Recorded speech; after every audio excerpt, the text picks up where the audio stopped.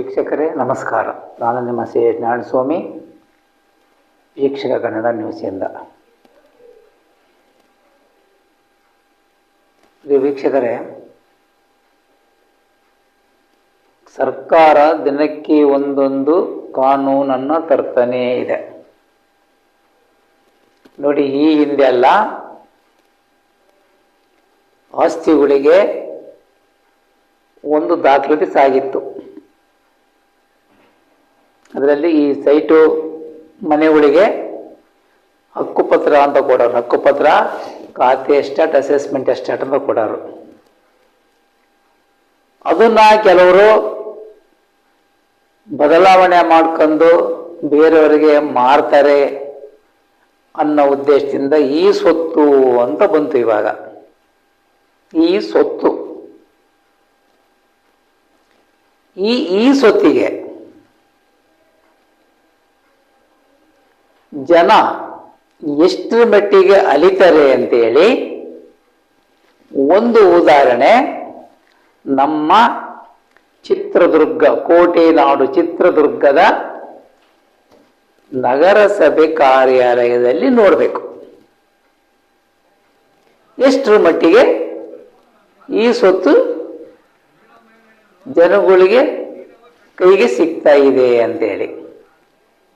ಇಲ್ಲಿ ಈ ಸ್ವತ್ತು ಬೇಗ ಕೈ ಸೇರ್ತಿರೋದು ಪ್ರಭಾವಿಗಳಿಗೆ ಮಾತ್ರ.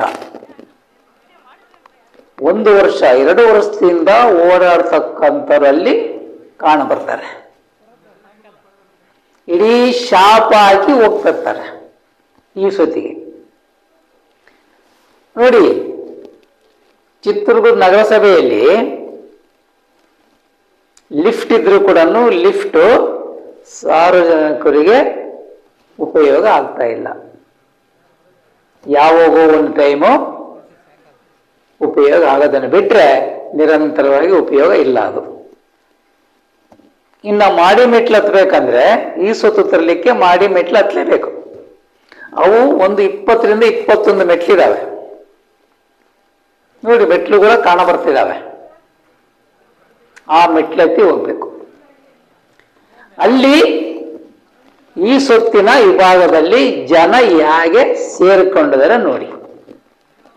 ಅದರಲ್ಲಿನೂ ಹಾಲಿ ನಗರಸಭೆ ಸದಸ್ಯರು, ಮಾಜಿ ನಗರಸಭೆ ಸದಸ್ಯರ ಆ ಉಳಿನೇ ಇಲ್ಲಿ ಬಹಳ ಕಂಡು ಬರುತ್ತೆ. ಅವರೇ ಕಂಪ್ಯೂಟರ್ ಮುಂದೆ ಕೂತ್ಕೊಂತಾರೆ. ಅಲ್ಲಿ ಸದಸ್ಯರ್ಯಾರು, ನೌಕರರ್ಯಾರು ಅಂತ ಜನಗಳಿಗೆ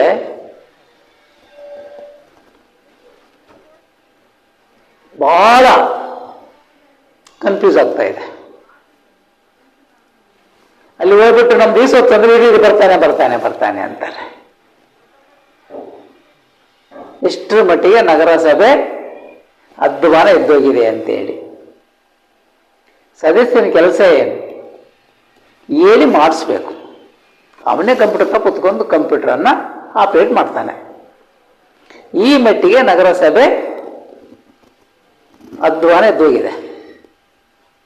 ಅದರಿಂದ ಮಾನ್ಯ ಪೌರಾಡಳಿತ ಸಚಿವರು, ಆಯುಕ್ತರಾಗಿರ್ಬೋದು,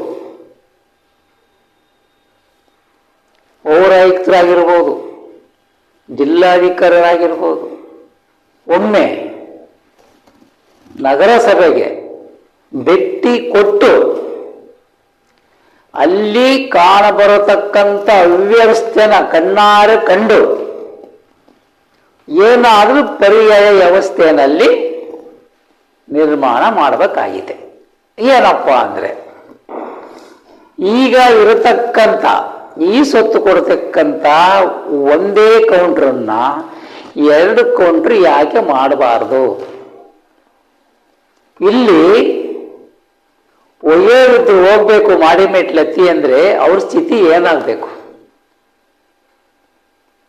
ಬಲಿಷ್ಠವಾಗಿರೋದೇನೋ ಕುದುರೆ ಹೋದಂಗೆ ಹೋಗ್ಬಿಡ್ತಾರೆ. ವಯಸ್ಸಾಗಿರೋರ ಗತಿ ಏನು? ಇಲ್ಲ ಆ ಕೌಂಟ್ರನ್ನ ಕೆಳಗಡೆ ಆದ್ರೂ ಮಾಡಬಹುದು. ಯಾಕೆ ಮಾಡಬಾರ್ದು? ಮಾಡಿ ಮೇಲೆ ಯಾಕೆ ರುದ್ರು ಹತ್ತಕ್ಕಂಥ ಕೆಲಸ ಆಗಿದೆ. ಈ ಸೊತ್ತು ಮಾತ್ರ ಬೇಗ ಸಿಗೋದೇ ಅಸಾಧ್ಯ. ಪೌರಾಯುಕ್ತರಾದರೂ ಸಹ ಮೇಲೆ ಹೋಗಿ ಈ ಸೊತ್ತಿನ ವಿಭಾಗದಲ್ಲಿ ಏನು ನಡೀತಿದೆ ಅಂತ ಸಹ ನೋಡೋದಿಲ್ಲ. ಯಾಕೆ ಅಷ್ಟು ಜನದಟ್ಟೆನಲ್ಲಿರುತ್ತೆ ಅಂತ ಕೂಡ ಕೇಳೋದಿಲ್ಲ. ಅಂದ್ರೆ ಪೌರಾಯುಕ್ತರು ಅಸಹಾಯಕತೆ ತೋರ್ತಾ ಇದ್ದಾರೆ ಅಂತ ಕಾಣ್ತಿದೆ ಅಲ್ಲಿ. ಇಂದ ಸಾಮಾನ್ಯ ಜನರ ಗತಿ ಏನಾಗಬೇಕು? ಎಲ್ಲರಿಗೂ ಸಮನಾಗಿರ್ತಕ್ಕಂಥ ಕೆಲಸ ಅಲ್ಲಿ ನಡಿಬೇಕಿದೆ. ಧಾರಾಳ ಕೇಳ್ಬೋದು ಅಲ್ಲಿ ಪೌರಾಯುಕ್ತರು, ಈ ಸೊತ್ತು ಯಾರ್ಯಾರಿಗೆ ಎಷ್ಟು ದಿವಸದ ಅವಧಿಯಲ್ಲಿ ಇನ್ನೂ ಸಿಕ್ಕಿಲ್ಲ ಅಂತ ಹೇಳಿ. 2 ವರ್ಷ 3 ವರ್ಷ ಬೇಕಾ ಒಂದು ಈ ಸೊತ್ತು ಕೊಡ್ಲಿಕ್ಕೆ? ಈ ಸೊತ್ತಿಗೆ ಜನ ಸುಸ್ತಾಗಿ ಹೋಗ್ಬಿಡ್ತಾರೆ ಕೈಗೆ ಈ ಸೊತ್ತು ತಗೊಳ್ಳೋಷ್ಟೊತ್ತಿಗೆ. ನೋಡಿ, ಇಲ್ಲಿ ಜನಪ್ರತಿನಿಧಿ ಅನ್ನಿಸ್ಕೊಂಡಿರೋ ಶಾಸಕರು ಸಹ ಅಲ್ಲಿ ಹೋಗಿ ಒಂದು ಸುವ್ಯವಸ್ಥೆ ಮಾಡಿಲ್ಲ.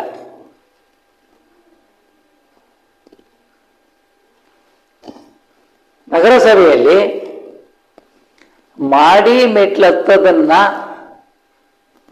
ಆದಷ್ಟು ಬೇಗ ನಿಲ್ಲಿಸಬೇಕಾಗಿದೆ. ಅದನ್ನ ಕೆಳಗಡೆ ಎಲ್ಲಾದರೂ ಒಂದು ಕೌಂಟರ್ ಓಪನ್ ಮಾಡಿ ಈ ಸೊತ್ತು ಸಿಗತಕ್ಕಂಥ ಅನುಕೂಲ ಮಾಡಬೇಕಾಗಿರೋದು ಅನಿವಾರ್ಯತೆ ಆಗಿದೆ. ಇದನ್ನ ಮಾಡಬೇಕಾಗಿರೋದು ಯಾರು? ಒಂದು ಪೌರಾಯುಕ್ತರು, ಅಧ್ಯಕ್ಷರು ಇದ್ದಾರೆ. ಇವಾಗ ಅಧ್ಯಕ್ಷರು ಮತ್ತೆ ಸರ್ವಾನುಮತದಿಂದ ಸದಸ್ಯರು ಸಹ ಒಪ್ಪಿಗೆ ಕೊಡಬೇಕು. ಅದಕ್ಕೆ ಮತ್ತೆ ಜಿಲ್ಲಾಧಿಕಾರಿಗಳು ಸಹ ಗಮನ ಹರಿಸಬೇಕು. ಅದಕ್ಕಿಂತ ಮೇಲಾಗಿ ಜನರಿಂದ ಆಯ್ಕೆ ಆಗಿರತಕ್ಕಂಥ ಸ್ಥಳೀಯ ಶಾಸಕರು, ಅದ್ರ ಮೇಲ್ಪಟ್ಟು ಸಂಬಂಧಪಟ್ಟ ಸಚಿವರು, ಇವರು ಒಂದು ಸಾರಿ ಇತ್ತ ಗಮನ ಹರಿಸಬೇಕಾಗಿದೆ. ಕೋಟೆನಾಡು ಚಿತ್ರದುರ್ಗದ ನಗರಸಭೆಯಲ್ಲಿ ಈ ಸೊತ್ತಿಗಾಗಿ ಜನಗಳು ಹೇಗೆ ಪರದಾಡ್ತಿರ್ತಾರೆ ಅದನ್ನ ಕಣ್ಣಾರೆ ಕಾಣಬೇಕಾಗಿದೆ. ಅದರಿಂದ ಮಾನ್ಯ ಶಾಸಕರು ತಮಗೆ ಓಟ್ ಆಗಿರ್ತಕ್ಕಂಥ ನಗರ ಪ್ರದೇಶದ ಸಾರ್ವಜನಿಕರಿಗೆ, ಮತದಾರರಿಗೆ ಈ ಒಂದು ಅನುಕೂಲ ಮಾಡಿಕೊಟ್ರೆ ಜನಗಳು ನಿಮ್ಮನ್ನ ಶುಭಾಶಿಸಿದ್ದಾರೆ. ದಯಮಾಡಿ ವಯೋವೃದ್ಧರಿಗೆ, ರೋಗಗ್ರಸ್ತರಿಗೆ ಅನುಕೂಲ ಆಗತಕ್ಕಂಥ ಕೆಲಸನ ತಾವು ಅತಿ ಶೀಘ್ರದಲ್ಲಿ ಮಾಡ್ತೀರಾ ಅಂತೇಳಿ ಕಾದು ನೋಡಬೇಕಾಗಿದೆ ಸಾರ್ವಜನಿಕರು. ಜೈ ಹಿಂದ್, ಜೈ ಕರ್ನಾಟಕ. ಪ್ರಿಯ ವೀಕ್ಷಕರೇ, ನಮ್ಮ ಚಾನಲ್ ನಿಮ್ಗೆ ಇಷ್ಟವಾದಲ್ಲಿ ಸಬ್ಸ್ಕ್ರೈಬ್ ಮಾಡಿ, ಲೈಕ್ ಮಾಡಿ, ಶೇರ್ ಮಾಡಿ. ಪ್ರಿಯ ವೀಕ್ಷಕರೇ, ಯಾರಿಗಾದರೂ ಅನ್ಯಾಯ ಆದಲ್ಲಿ ನಮ್ಮ ಸ್ಟುಡಿಯೋಗೆ ಬಂದ್ಬಿಟ್ಟು ತಮ್ಮ ಅನಿಸಿಕೆಗಳನ್ನು ಹೇಳ್ಕೋಬಹುದಾಗಿದೆ. ನಮಸ್ಕಾರ.